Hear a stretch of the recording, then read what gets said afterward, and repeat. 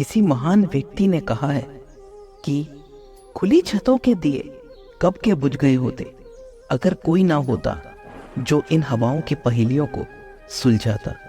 यह कथन उस अदृश्य शक्ति की ओर इशारा करता है जो विपरीत परिस्थितियों में भी हमारी मदद करती है, चाहे वह भगवान हो, कोई ईश्वर का दूत हो या हमारी अच्छाइयों का प्रतिफल।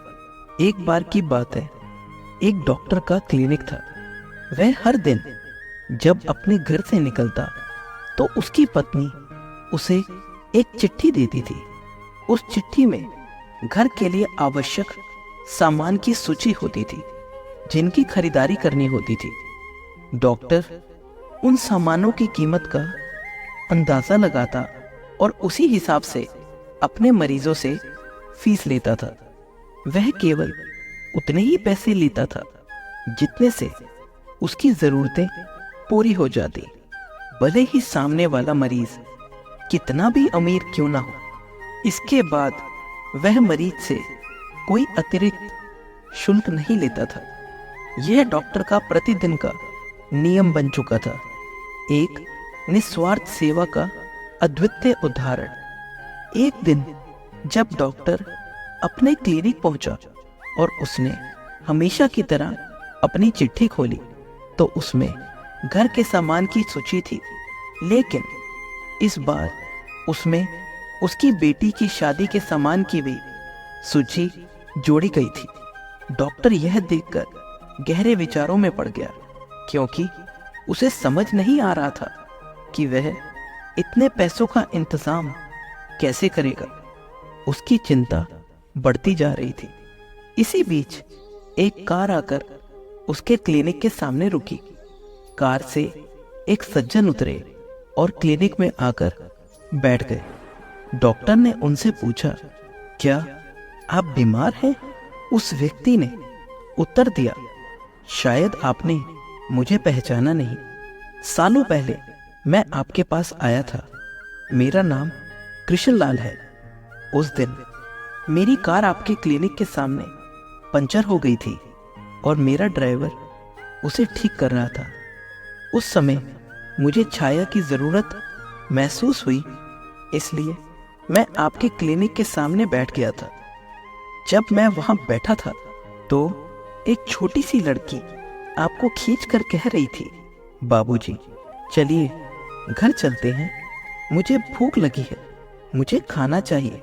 लेकिन आप तब भी रुके रहे क्योंकि आपको लग रहा था कि शायद मुझे कोई बीमारी है या मुझे आपकी जरूरत है। आपने मुझसे मेरी समस्या पूछी और मैंने बताया कि हमारे घर में कोई संतान नहीं हो रही थी। आपने तुरंत एक थैला खोला और उसमें से मुझे दवा दी।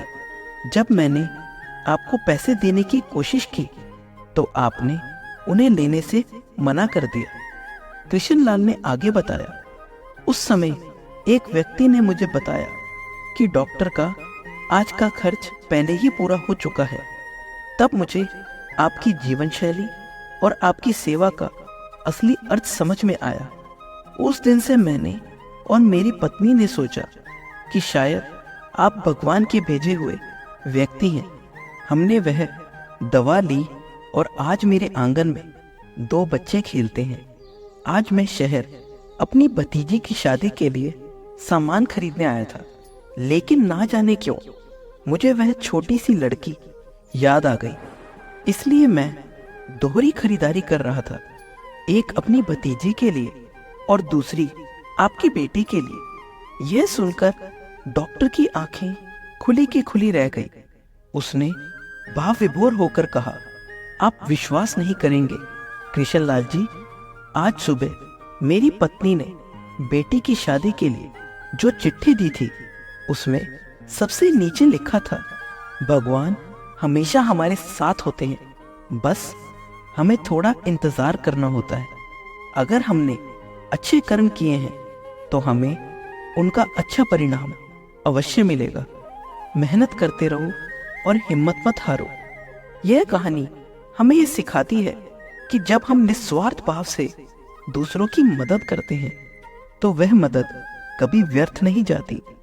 जीवन में हमें अच्छे कर्मों का फल किसी ना किसी रूप में अवश्य मिलता है।